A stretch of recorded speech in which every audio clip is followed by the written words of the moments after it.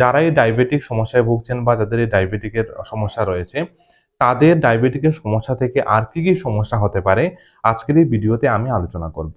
আপনারা একটু সতর্ক এবং সাবধান থাকবেন এবং ডায়াবেটিসকে কন্ট্রোল করার চেষ্টা করবেন। প্রথমে বলবো, ডায়াবেটিকের সমস্যা থেকে আপনার কিডনির সমস্যা দেখা দিতে পারে। বেশিরভাগ যাদের কিডনির সমস্যা হচ্ছে বর্তমানে, তাদের প্রধান একটা কারণ দেখা যায় যে তাদের ডায়াবেটিকের সমস্যা, আনকন্ট্রোল ডায়াবেটিক থাকলে কিন্তু আপনার কিডনির উপর খুব বেশি চাপ পড়ে, আর যাতে পরবর্তী সময়ে সিকেডি বা ক্রনিক কিডনি ডিজিজ আপনার হওয়ার সম্ভাবনা খুব বেশি বাড়ে। আপনার চোখের সমস্যা দেখা দিতে পারে, কারণ আমাদের রক্তের মধ্যে অতিরিক্ত মাত্রায় গ্লুকোজ জমার ফলে আমাদের যে চোখের যে ছোট ছোট নার্ভগুলো রয়েছে এগুলো ড্যামেজ হয়ে যায়, আর যার ফলে আপনার চোখের সমস্যা অবশ্যই দেখা দিতে পারে। আপনার নার্ভের সমস্যা দেখা দিতে পারে, আপনার পায়ে দুর্বলতা আসা, পায়ে ব্যথা, কামড়ানো, এই সমস্যাগুলো অবশ্যই আপনার দেখা দিতে পারে।